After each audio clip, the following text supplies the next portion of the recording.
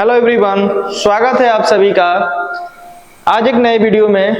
आज हम देखेंगे 10th का एक टॉपिक, लेक्चर 3 है आपका, और हमारा टॉपिक है कि जो भी ऑर्गेनिज्म है वो हम कह रहे हैं कि न्यूट्रिशन की प्रक्रिया या जो भी पोषण है अपने आप को नरिश कैसे करते हैं, नरिशमेंट उसमें कैसे होता है, ये हमारा टॉपिक है।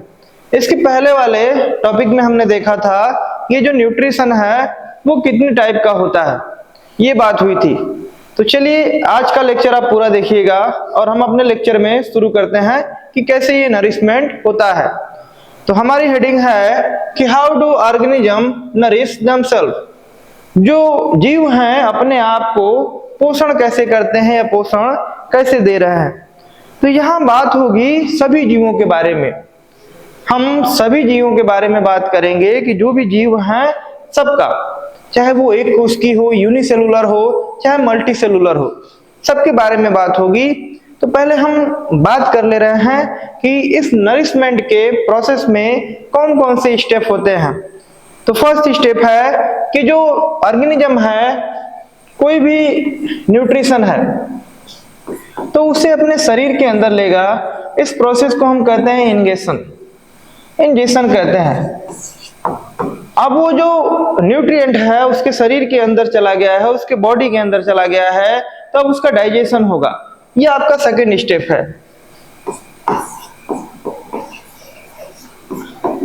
डाइजेशन की प्रक्रिया होती है।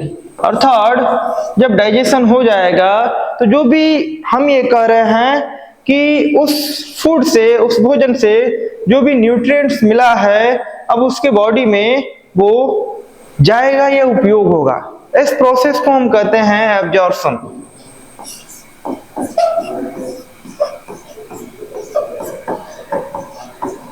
और फोर्थ है कि जो भी न्यूट्रिएंट है उसके बॉडी में चला गया है, डिजोल्व हो गया है, तो हम कहेंगे कि अब उसके बॉडी का पार्ट बन जाएगा। इसे हम कहते हैं एसिमिलेशन। इस प्रक्रिया को कहते हैं एसिमिलेशन।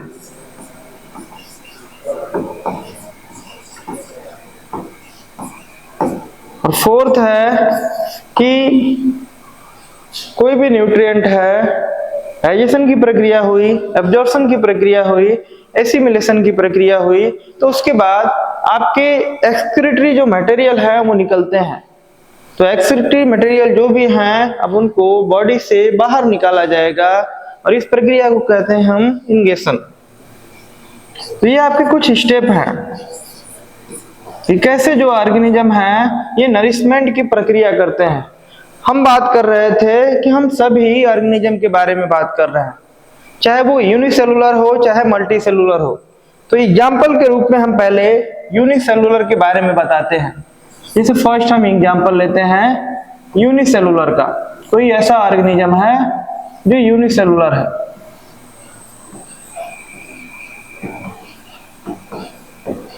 जैसे फेमस एग्जाम्पल अमीबा।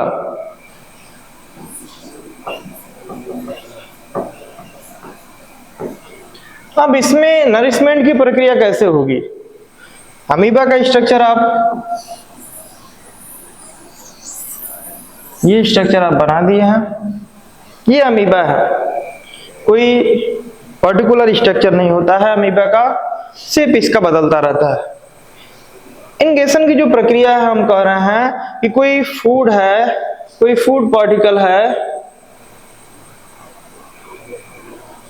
अगर ये सॉलिड है तो हम इंजेक्शन की प्रक्रिया को कहेंगे फैगोसाइटोसिस। ये सॉलिड है अगर तो इस प्रक्रिया को कहा जाएगा फैगोसाइटोसिस। अगर यही जो फूड है ये लिक्विड है तो इस प्रक्रिया को कहेंगे हम पिनोसाइटोसिस। ये दो इसमें टाइप हैं। हम कह रहे हैं फूड का इंजेक्शन कैसे होता है। अब ये फूड इसके यूनिसेलुलर बॉडी में चला जाएगा, कोई ऐसा ऑर्गन नहीं है इंजेक्शन के लिए। ये जो इसकी हम कह रहे हैं आउटर लेयर है, जो इसकी जो मेम्ब्रेन है, इसी से इंजेक्शन की प्रक्रिया होती है। फैगोसाइटोसिस और पिनोसाइटोसिस। बॉडी में चला जाएगा तो अब यहाँ पे डाइजेशन होगा। यहाँ मान लीजिए ये इंटर कर गया है सॉलिड, यहाँ से आपका लिक्विड इंटर कर गया है, तो अब इसका डाइजेशन होगा। डाइजेशन के लिए यहाँ पे वैक्यूल्स होती हैं, लाइसोसोम होते हैं, ये डाइजेशन में भाग लेंगी, वैक्यूल और लाइसोसोम। इसमें भी हम कहेंगे कि जो डाइजेशन हो रहा है वो किस में होगा, अमीबा में, ये लाइसोसोम में होगा। यहाँ पे एंजाइम्स हैं और वो एंजाइम्स क्या करते हैं कि डाइजेशन की प्रक्रिया संपन्न करा देते हैं।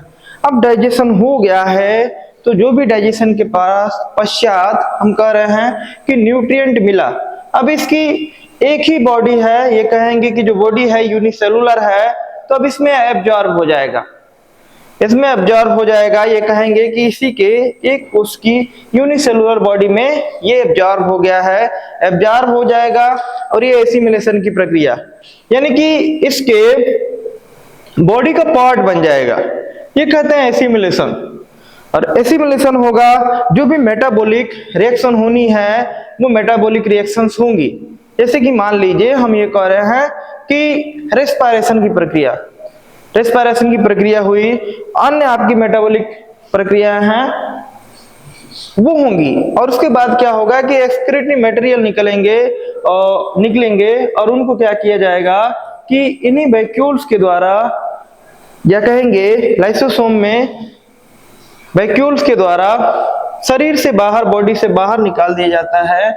इस प्रक्रिया को हम कहते हैं इजेशन। तो ये हम आपको बता रहे हैं कि कोई यूनिसेलुलर ऑर्गेनिज्म है, उसमें नरिशमेंट की प्रक्रिया कैसे होगी, नरिशमेंट का जो भी स्टेप है वो कैसे होगा। चलिए हम बात कर लेते हैं कि अगर मल्टी सेलुलर है ऑर्गेनिज्म, जैसे कि आपका ह्यूमन, इसमें नरिशमेंट कैसे होगा। अगर ह्यूमन है, मल्टी सेलुलर है, तो इसमें नरिशमेंट कैसे होगा। कोई हम मल्टी सेलुलर ऑर्गेनिज्म जैसे कि एग्जांपल में ह्यूमन ले रहे हैं, तो ह्यूमन में नरिशमेंट कैसे होगा, कौन कौन से स्टेप इसमें होंगे। फर्स्ट वही इंगेशन, सेकेंड अगर इंगेशन हो गया है तो अब इसका होगा डाइजेशन, डाइजेशन हो गया है थर्ड, तो थर्ड में होगा आपका एसिमिलेशन, एसिमिलेशन के बाद यहां पे थर्ड पॉइंट है आपका एब्जॉर्प्शन, थर्ड आपका पॉइंट है एब्जॉर्प्शन।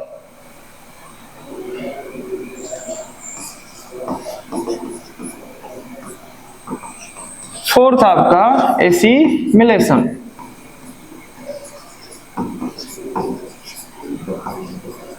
और फिफ्थ में इजेशन।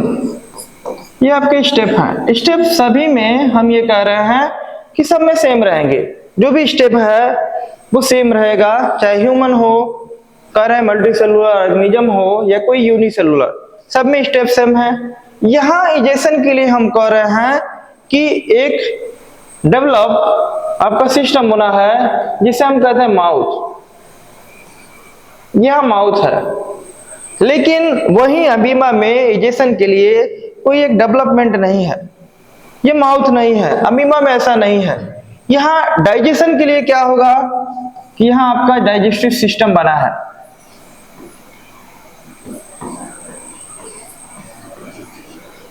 डाइजेशन के लिए डाइजेस्टिव सिस्टम है। एब्जॉर्प्शन की प्रक्रिया होती है आपकी, एसिमिलेशन होता है और इजेशन होता है। तो ये हम देख रहे थे कि अमीबा जो यूनिसेलुलर है और ये ह्यूमन है जो मल्टी सेलुलर है, दोनों में काफी डिफरेंट है, काफी हम कह रहे हैं कि विभिन्नताएं हैं, दोनों में बहुत सारी डिफरेंसेस हैं जो आपको यहाँ दिखेंगे। हम ये कह रहे हैं कि वहां माउथ नहीं है, अमीबा में कोई डाइजेस्टिव सिस्टम नहीं है उतना डेवलप, जो भी हो रहा है उस यूनिसेलुलर बॉडी में ही होगा। चलिए अब हम देखेंगे कि जो ह्यूमन है इसमें डाइजेशन कैसे होता है। तो हमारी अगली हेडिंग होगी कि डाइजेशन इन ह्यूमन।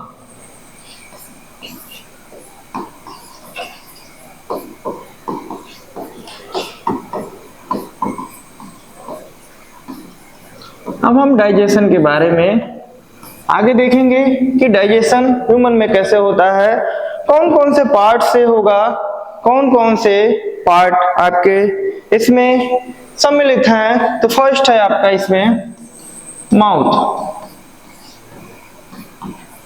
या हम कह सकते हैं mouth cavity.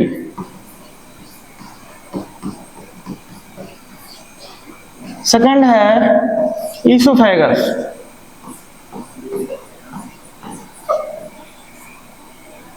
Third stomach, fourth आपकी स्मॉल इंटेस्टाइन,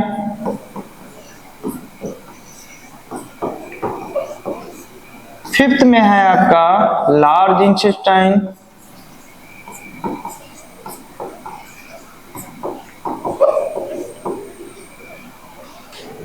ये जो 5 पॉइंट हम दे रहे हैं, 5 पॉइंट यहां लिख रहे हैं, इन 5 पॉइंट में ही सारा का सारा हम कह रहे हैं डाइजेशन का जो प्रोसेस है ये कंप्लीट होगा। इसमें कुछ अन्य जो भी हेल्प करने वाले हैं उनको हम अलग से पढ़ेंगे, लेकिन हम ये कह रहे हैं कि अगर डाइजेशन की प्रक्रिया हो गई, कोई फूड ह्यूमन एक्वायर कर ले रहा है, तो वो कहां कहां पर जाएगा। तो वो पहले माउथ में जाएगा, माउथ कैविटी, एसोफेगस में जाएगा, उसके बाद स्टमक में जाएगा, स्टमक के बाद क्या है कि आपकी स्मॉल इंटेस्टाइन में जाता है, स्मॉल इंटेस्टाइन के बाद क्या होगा कि लार्ज इंटेस्टाइन में जाएगा, और यहाँ जो भी डाइजेशन का प्रोसेस है यहाँ तक आते आते लार्ज इंटेस्टाइन तक हम कह रहे हैं यहाँ तक आ चुका है। जो लार्ज इंटेस्टाइन में लास्ट में बचा हुआ है वो सारा का सारा एक्सक्रीटरी मटेरियल है।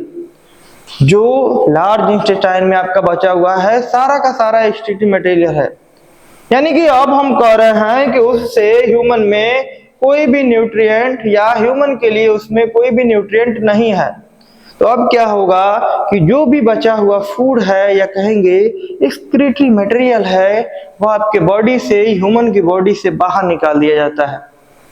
तो लार्ज इंटेस्टाइन में उसको हम पढ़ेंगे कैसे वो बाहर निकलता है। पहले हम ये देखते हैं कि माउथ में कैसे डाइजेशन होता है। तो चलिए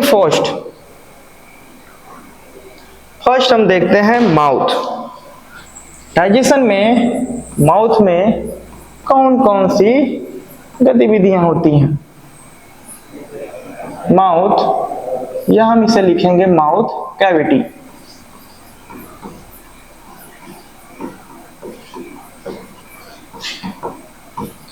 यहां पर क्या होगा कि कोई भी हम भोजन कर रहे हैं तो पहले माउथ कैविटी में भोजन हमने एक्वायर किया, अब यहीं से आपका डाइजेशन स्टार्ट हो जाएगा।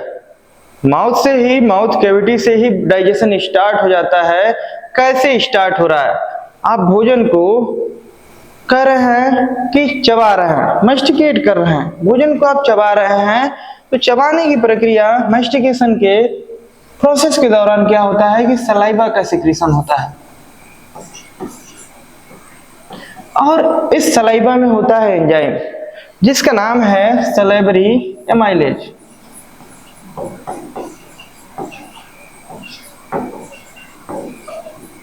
इसी का एक और नाम है टाइलिन। ये एक एंजाइम है, ये आपका एंजाइम है। यहीं से क्या होगा कि आपके डाइजेशन का प्रोसेस स्टार्ट हो जाएगा। ये सलाइवरी एमाइलेज या टाइलिन हम कह रहे हैं क्या करता है कि आप भोजन को चबा रहे हैं, मैस्टिकेट कर रहे हैं, तो भोजन में जो भी आपका स्टार्च है इसको ये कन्वर्ट करेगा। किसमें कन्वर्ट करता है स्टार्च को,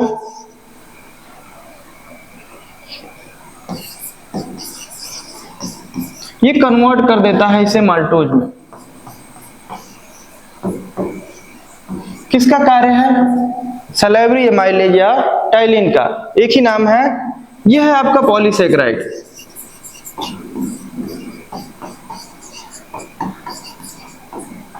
और ये आपका है ओलिगोसेकेराइड।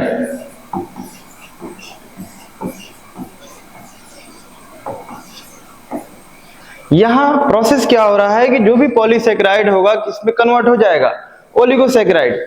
इसी ओलिगोसेकेराइड को हम कभी कभी कह देते हैं डाइसेकेराइड, लेकिन है क्या ये, ओलिगोसेकेराइड।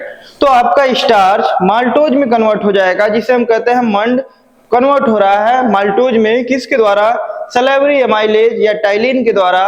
अब हम देखेंगे कि ये सलाइवा है, इसका सिक्रीशन कहाँ से होता है। तो सलाइवरा का जो भी सलाइवा है इसका सिक्रीशन होगा, कुछ सलाइवरी ग्लैंड होती हैं, आपकी कुछ ग्लैंड हैं, इनके द्वारा सिक्रीशन होता है। तो हम यही देख लेते हैं कि कौन कौन सी आपकी सलाइवरी ग्लैंड है। ये 3 टाइप की हैं, 3 टाइप्स। फर्स्ट सब मैंडिबुलर,